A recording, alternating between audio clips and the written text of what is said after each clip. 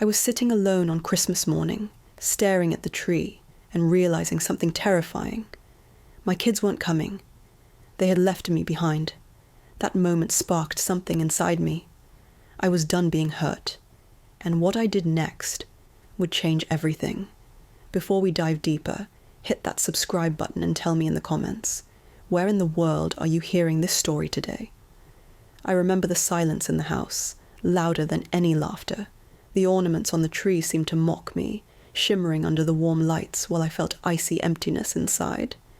I had spent weeks preparing, cooking, wrapping gifts, imagining their faces lighting up when they walked in. But now, nothing. I tried calling, hoping it was some mistake, a delay, maybe traffic, but the calls went unanswered. With every ring that ended in silence, a weight pressed harder on my chest. Shock, disbelief, hurt.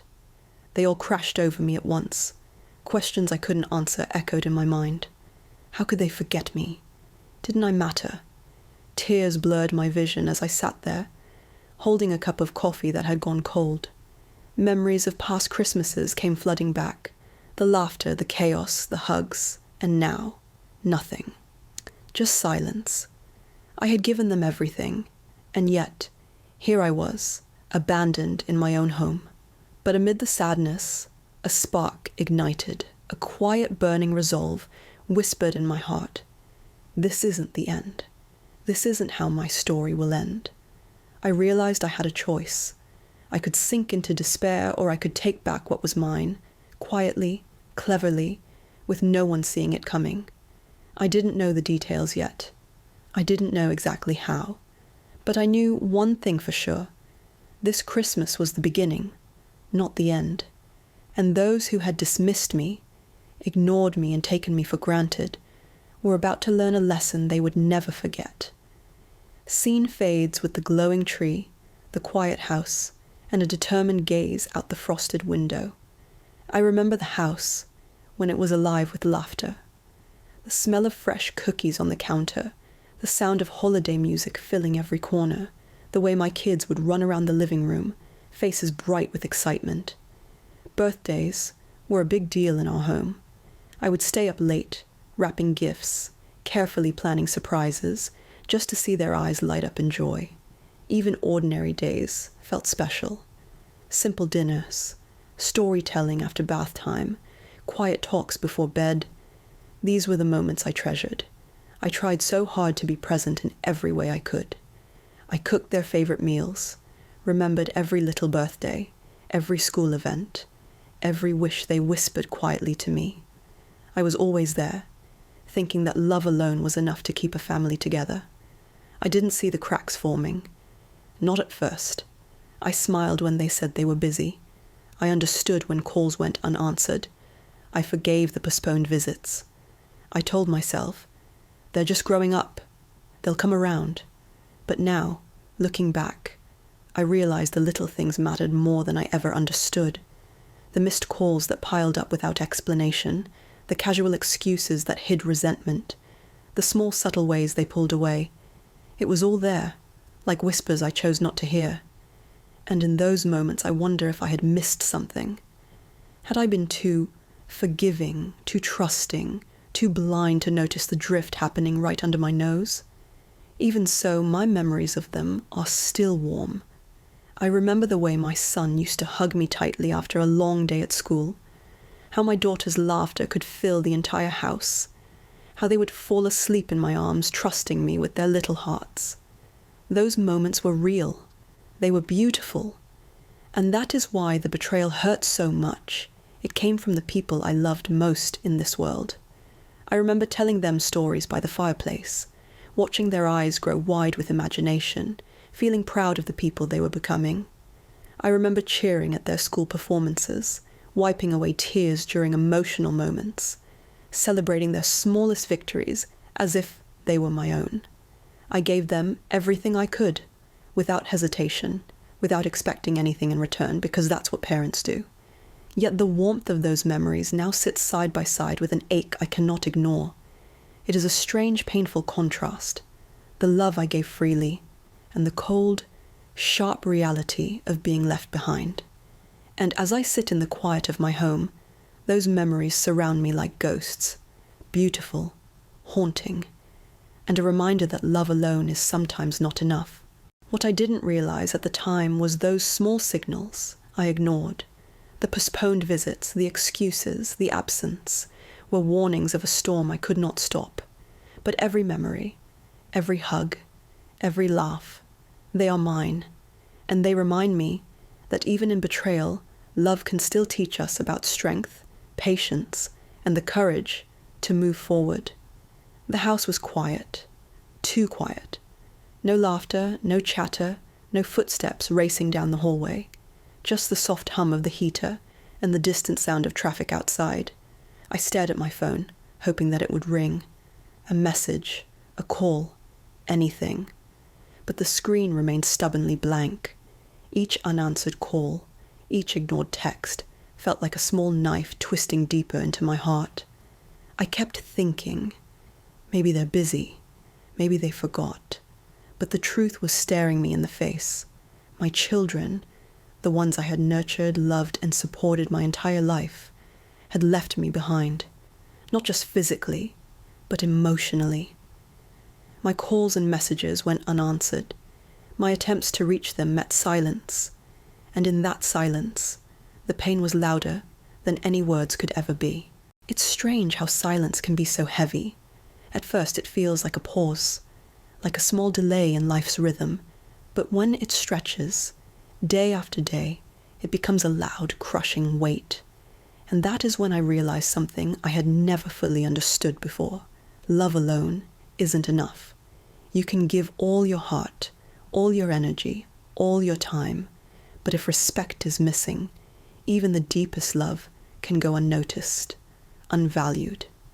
I remember sitting in the living room, the Christmas tree still standing from the holidays, ornaments glinting softly in the afternoon light. I ran my fingers over the gifts I had carefully chosen, the meals I had prepared, the countless small efforts I had made to show them I cared. And yet, all of it was met with indifference. My love had been invisible to them, anger mixed with sadness, but beneath it all there was clarity. The silence spoke a truth I could no longer ignore. I had been patient for too long, forgiving too much, and now it was time to understand that the bonds of family are built not just on love, but also on respect, consideration, and acknowledgement. Without those, even love can feel hollow. I took a deep breath, feeling the sting of tears I refused to let fall. This silence, it hurt, but it also awakened something within me. A quiet strength, a determination that I would not let neglect and arrogance define my life. I realized that it was no longer enough to wait, hope, or plead. Something had to change, and in that moment, a plan began to form. Not out of spite, not out of revenge, but out of a need for fairness. The scales had been tipped, and it was time to restore balance, because love without respect had taught me a lesson I would never forget. The silence was no longer empty. It was powerful. It was speaking, and I was finally ready to listen and to act. The room felt colder than usual. Maybe it was the winter air, or maybe it was the weight of the realization settling on my shoulders. I sat on the edge of the couch, hands trembling slightly, staring at the stack of papers on the coffee table. These were just documents, but in my mind, they held the power to change everything. All those years of giving, of forgiving, of waiting, they had led me here. For a long time, I had let hope guide me. I told myself they would come around, that family bonds were unbreakable, that love would win in the end. But hope had become a quiet, painful echo in an empty house. Calls went unanswered. Visits were postponed. Holidays passed in silence. And now, for the first time, clarity was replacing hurt. I picked up the phone and dialed my lawyer's number. My heart was racing, but my voice was steady. "I want to make a change," I said. "It's time to think about fairness." Fairness to myself. Not anger, not revenge, fairness. Those words repeated in my mind like a mantra. For years I had put everyone else first. I had poured my heart into raising them, into creating a home full of warmth and love, even when it wasn't returned. And now it was time to take care of the one person I had always overlooked. Me. There was a strange mix of guilt and relief as I spoke to my lawyer. Guilt for daring to make this choice. Relief for finally admitting it was necessary. I knew the consequences of what I was doing. I knew it would shock them, maybe even hurt them. But at that moment, I realized I didn't care anymore. The days of waiting for appreciation, for acknowledgement, for respect were over. As I hung up the phone, a sense of calm replaced the storm inside me. The decision was made, and with it came a quiet power. For the first time in years, I felt in control. Not of them, but of myself. I had drawn a line. I had decided that my life, my happiness, and my dignity mattered just as much as anyone else's. And yet, even in that calm, there was a thrill, a subtle bubbling excitement that came from knowing they had no idea what was coming. The letters, the meetings, the adjustments, they would shock them. They would feel the weight of choices they had taken for granted. And it wasn't cruelty. It was justice, in its simplest, purest form. I leaned back, staring out the window at the winter sky. Snow was falling softly, covering the world in quiet white, almost as if it too was holding its breath, waiting for the moment everything would change. I took a deep breath and smiled faintly. This was my turn, my choice, my life. And in that silence, I knew one thing clearly. Nothing would ever be the same again. Days turned into weeks, but nothing changed. The texts I sent went unanswered. The calls I made ended in silence. Even the smallest gestures, "How are you?" or "A Merry Christmas," never reached me in time. I watched from a distance as life went on for them, unaware of the emptiness they had left behind. And then came the little signs I could no longer ignore. A delayed message saying, "Sorry, I forgot," or an awkward excuse about being too busy. Each one felt like a quiet punch to the chest. The realization hit me slowly, painfully. Their neglect wasn't accidental. They had chosen this distance. They had taken my love for granted. I sat alone in my living room, staring at the phone, feeling a mix of sadness and determination. My heart ached, yes, but beneath it all, a new feeling was rising: clarity. I had loved them deeply, and I had given everything, but love alone was not enough. Respect mattered, and it was time for them to understand that. I watched their messages come in too late, their apologies too little.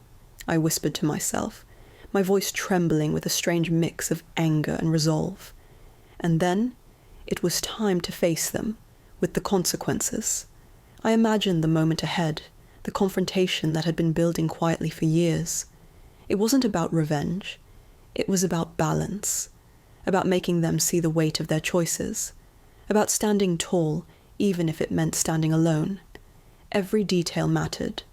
I thought about how I would present myself, what I would say, and how I would remain calm while letting the truth hit them like a wave. This was my moment to reclaim my dignity, to show that neglect and arrogance cannot go unnoticed. Even now, I could feel the tension tighten around my chest. My hands shook slightly, but my mind was clear. This was more than confrontation. It was a turning point, a line drawn firmly in the sand.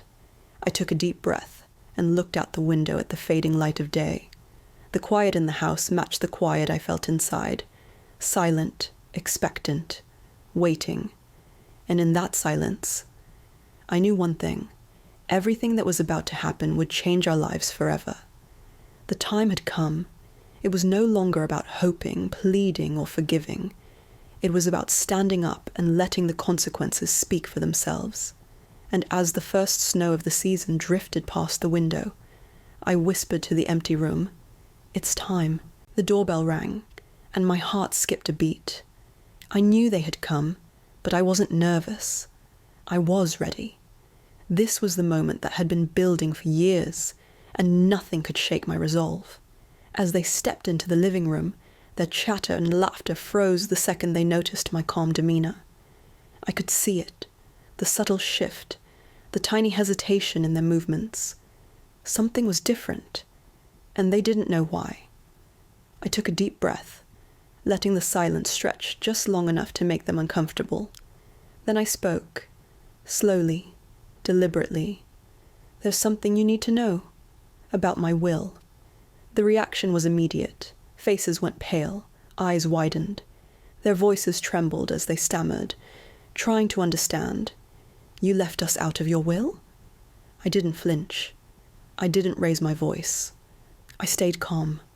I let the words hang in the room like a heavy curtain, letting every second press on them. I could feel their confusion, their shock, their disbelief. Every look, every pause, every swallowed word told me they were finally realizing the weight of their choices. And in that moment, I reflected quietly to myself. I had done what I had to do, not out of revenge, but out of fairness. Fairness to myself, fairness to the love I had poured into them, and fairness to the respect I deserved. I had loved, I had given, and I had waited long enough for gratitude that never came.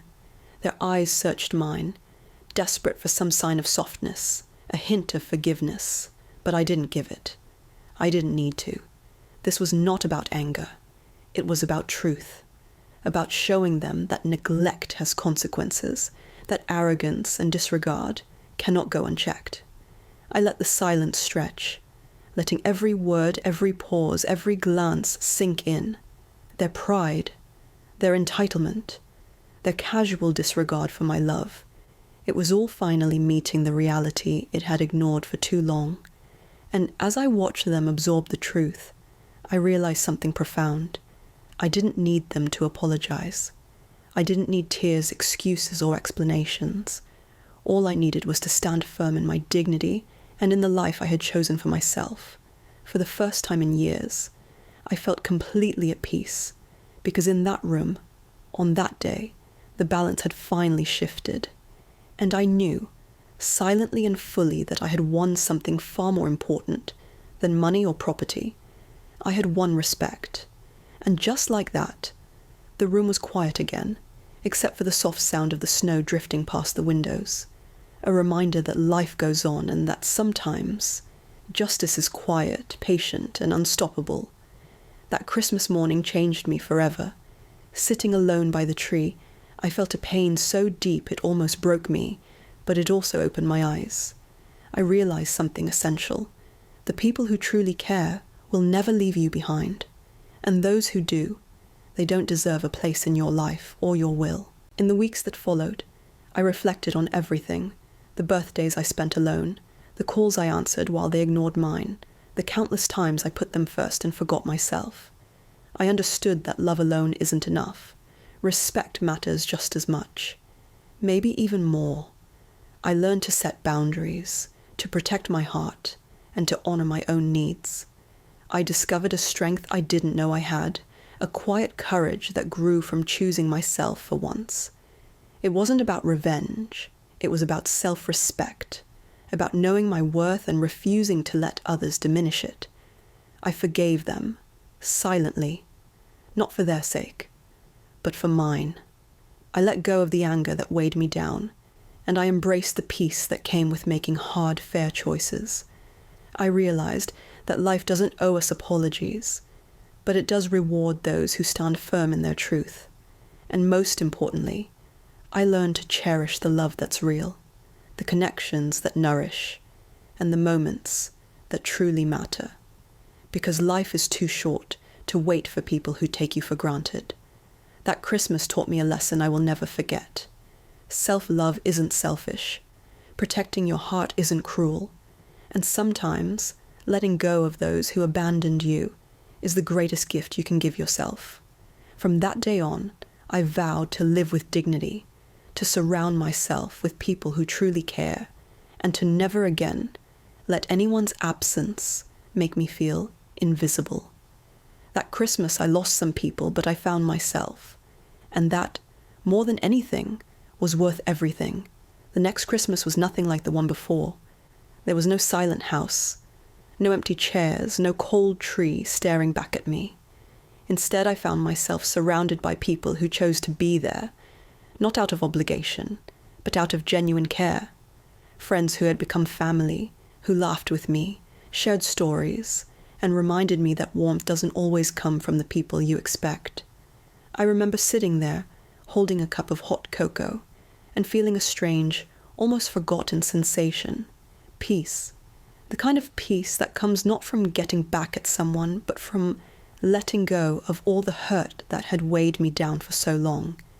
The anger, the disappointment, the nights of crying alone, they were still there in my memory, but they no longer held power over me. I had chosen myself. It hit me then that family isn't always about blood. Family is about presence, respect, and love. It's the people who show up when it matters, who call just to ask how you are, who make the effort to see you not as someone to be taken for granted, but as someone worth celebrating. Those friends, that laughter, that simple joy, it filled a space in my heart I thought was gone forever. I realized something important. For years I had tied my happiness to those who didn't value me. I had waited, hoped, and given my love freely, even when it wasn't returned. That Christmas I understood that real love doesn't come from expecting it back. It comes from sharing it with people who actually cherish it. And sometimes you have to step back and let go of those who don't, so that your heart can make room for those who do. Sitting there, I looked around at the smiling faces, the warmth in the room, and I felt gratitude, not just for the people with me, but for the lessons I had learned. That pain, that heartbreak, had taught me self-respect. It has taught me boundaries. It has taught me that my happiness is mine to protect. For the first time in years, I felt truly free. I wasn't defined by past betrayals or broken expectations. I was defined by the choices I made now, choosing love that was real, choosing company that was kind, and choosing myself. I laughed that evening more than I had in a long time. I spoke openly, shared stories, and felt connected in a way I had thought was impossible. And in that moment, I made a quiet promise to myself. Never again would I let anyone's absence make me feel invisible. Never again would I give my heart where it wasn't valued. I learned that happiness isn't about revenge or proving a point. It's about filling your life with respect, warmth, and love that lifts you, not breaks you. That Christmas, I didn't just celebrate the holiday. I celebrated my own strength, my own worth, and my own freedom. And in that celebration, I discovered something even deeper. Peace doesn't come from the past. Peace comes from choosing yourself, embracing those who truly care, and letting your heart finally rest. Sometimes, the people we love most teach us the hardest lessons.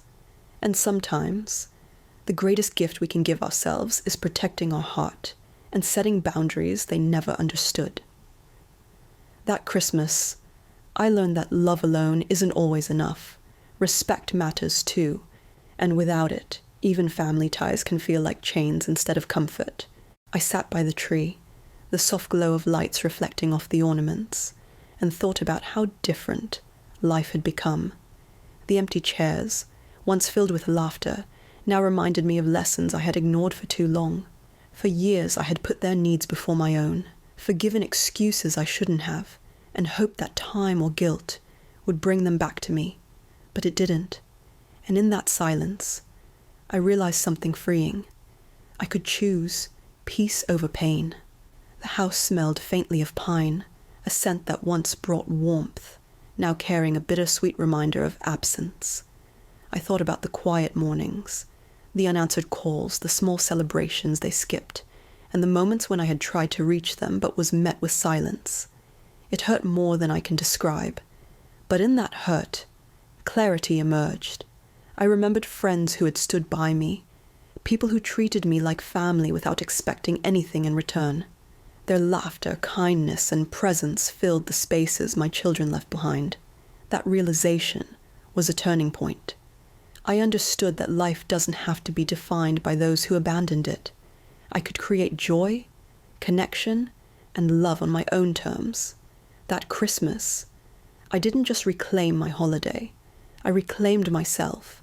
I realized that setting boundaries doesn't mean shutting people out. It means honoring your worth. It means choosing relationships that uplift you, not drain you. It means celebrating yourself, your efforts, and the love you deserve. And that choice was the most powerful gift I could give myself. As the evening grew darker, I let the quiet settle. It wasn't loneliness. It was peace.